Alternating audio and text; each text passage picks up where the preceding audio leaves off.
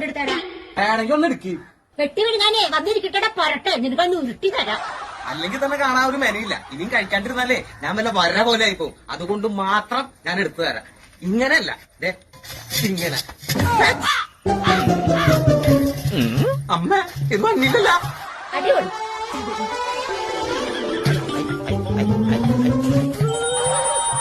നീ ഇവിടെ Michael Jackson കളിച്ചോണ്ടിരിക്കുക. എനിക്ക് വേറെ പണിയുണ്ട്.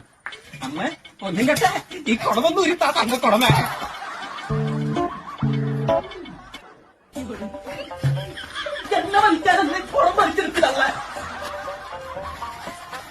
അയ്യോ നാട്ടുകാരെ, ചേട്ടൻ അമ്മ ചവിട്ടി കളണേ. ഒന്ന് പിടിച്ചു മാറ്റിട്ട് അല്ലെങ്കിൽ അമ്മ ഇപ്പൊ ചത്തു. ഇന്ന് പോടാക്കെ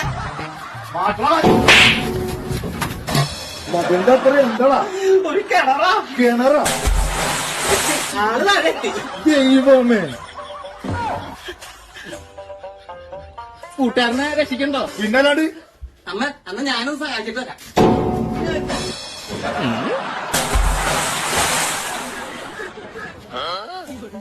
രണ്ടുപേരും പോയി.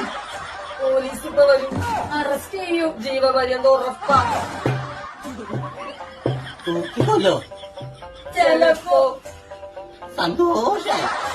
എടാ പക്കതു, ഇന്ന് ബീന ടീച്ചറിന് പകരം വേറെ ഏതോ സാറാണ് പറഞ്ഞതെന്നാണ് പറഞ്ഞ. ഏത് സാറാണെങ്കിലും ആ സാറിന ഈ പക്കതു ചൂണ്ട് വെള്ളം നിർത്തും. Good morning. ബീന ടീച്ചർ പഠിപ്പിച്ചതൊക്കെ നിങ്ങൾക്ക് ഓർമ്മ ഉണ്ടാന്നുള്ള കാര്യം എനിക്കൊന്ന് അറിയണം. നമുക്കിത് ബീന ടീച്ചറിനെ ഓർമ്മയില്ല, പിന്നല്ലേ അവര് പഠിച്ച കാര്യങ്ങൾ.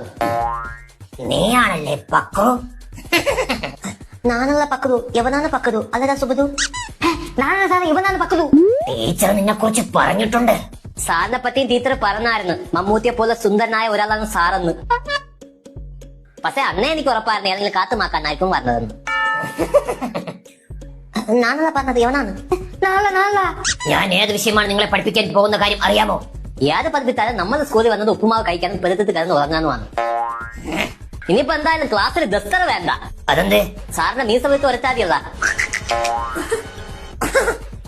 നാളെ പറഞ്ഞ പറഞ്ഞ സത്യത്തിൽ നാളെ